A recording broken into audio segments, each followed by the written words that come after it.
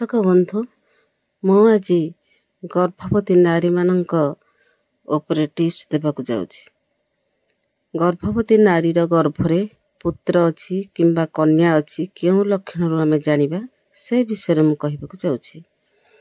ଗର୍ଭବତୀ ନାରୀର ଗର୍ଭରେ ଯଦି ପୁତ୍ର ସନ୍ତାନ ଥାଏ, ତେବେ ସେହି ନାରୀର ଦକ୍ଷିଣ ନେତ୍ର ବୃହତ୍ ଅର୍ଥାତ୍ ବଡ଼ ଦେଖାଯାଏ। ଦକ୍ଷିଣ ଉରୁ ସୁକୃଷ୍ଟ ଦେଖାଯାଏ। ମୁଖବର୍ଣ୍ଣର ପ୍ରସନ୍ନତା ଦେଖାଯାଏ। ଦକ୍ଷିଣ ସ୍ତନ ବୃହତ୍ ଦେଖାଯାଏ। ସ୍ୱପ୍ନରେ ମଧ୍ୟ ପୂର୍ଣ୍ଣାମଧେୟ ଏବଂ ଦ୍ରବ୍ୟମାନଙ୍କର ଅଭିଳାଷ ଅର୍ଥାତ୍ ଇଚ୍ଛା ଥାଏ।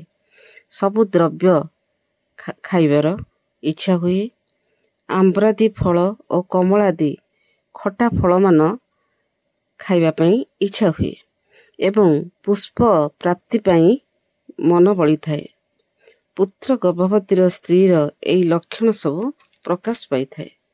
କିନ୍ତୁ ଯଦି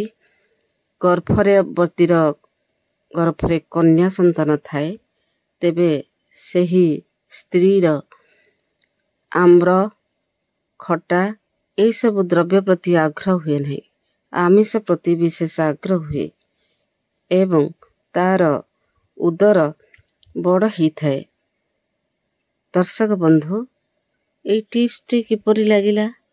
ଲାଇକ୍ କରିବେ, ସବସ୍କ୍ରାଇବ୍ କରିବେ ଏବଂ ସେୟାର କରିବେ ସାଙ୍ଗମାନଙ୍କୁ।